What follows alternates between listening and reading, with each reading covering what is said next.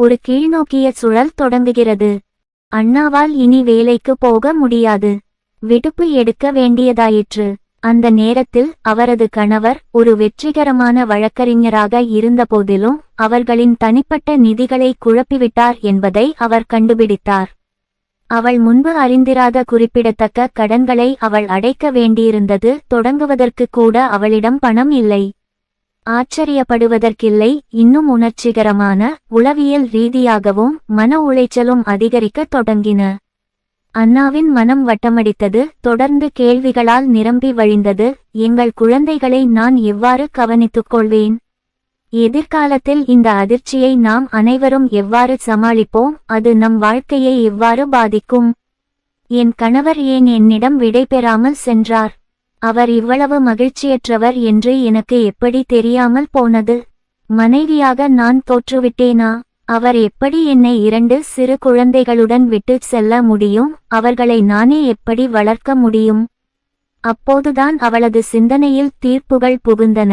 அவர் தற்கொலை செய்து கொண்டு என்னை இந்த நிதி நெருக்கடியில் விட்டுச் சென்றிருக்க கூடாது. என்ன ஒரு கோழை! தன் பிள்ளைகளை அப்பா இல்லாமல் விட்டுச் செல்ல அவனுக்கு எவ்வளவு தைரியம்! குழந்தைகளுக்கும் எனக்கும் அவர் ஒரு செய்தியை கூட எழுதவில்லை.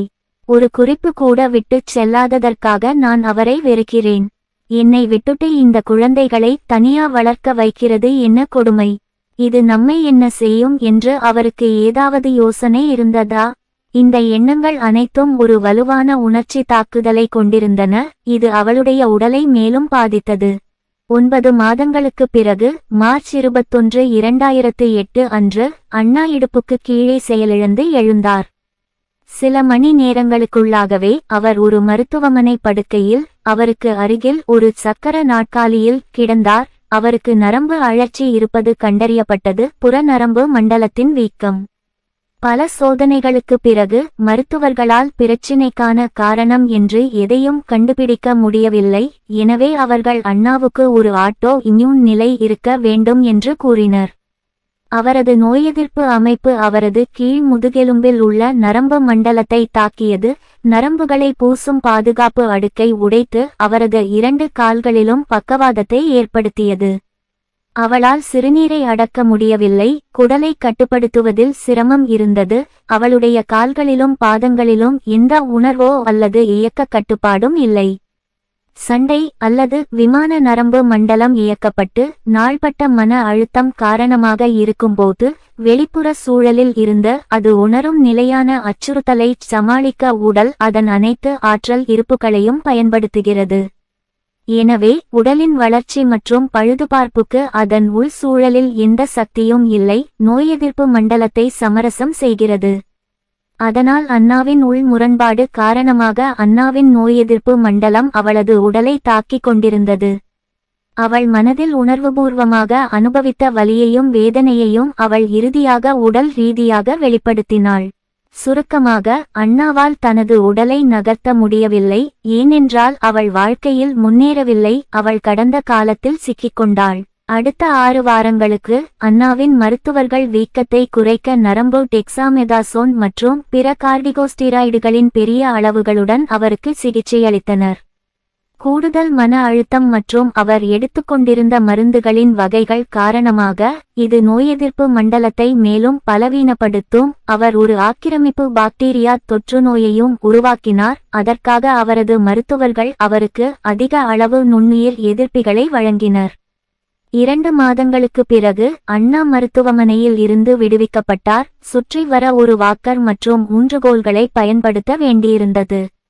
அப்போதும் அவளால் இடது காலை உணர முடியவில்லை. நிற்பது மிகவும் கடினமாக இருந்தது. அவளால் சரியாக நடக்க முடியவில்லை. அவளால் குடலை சற்று நன்றாக பிடிக்க முடிந்தாலும் அவளால் இன்னும் சிறுநீரை கட்டுப்படுத்த முடியவில்லை.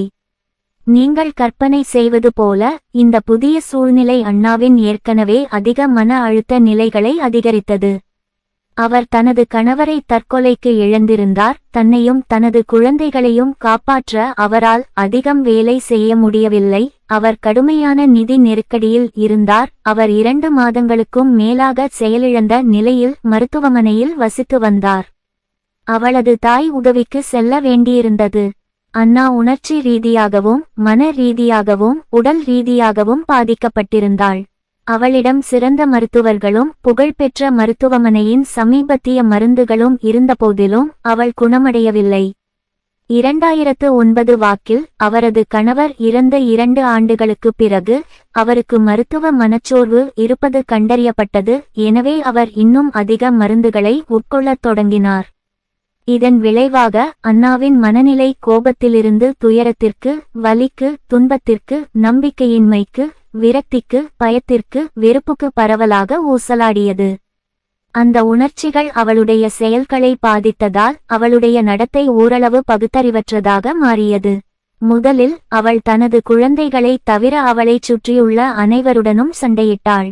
ஆனால் பின்னர் அவர் தனது இளைய மகளுடன் மோதல்களில் ஈடுபடத் தொடங்கினார்.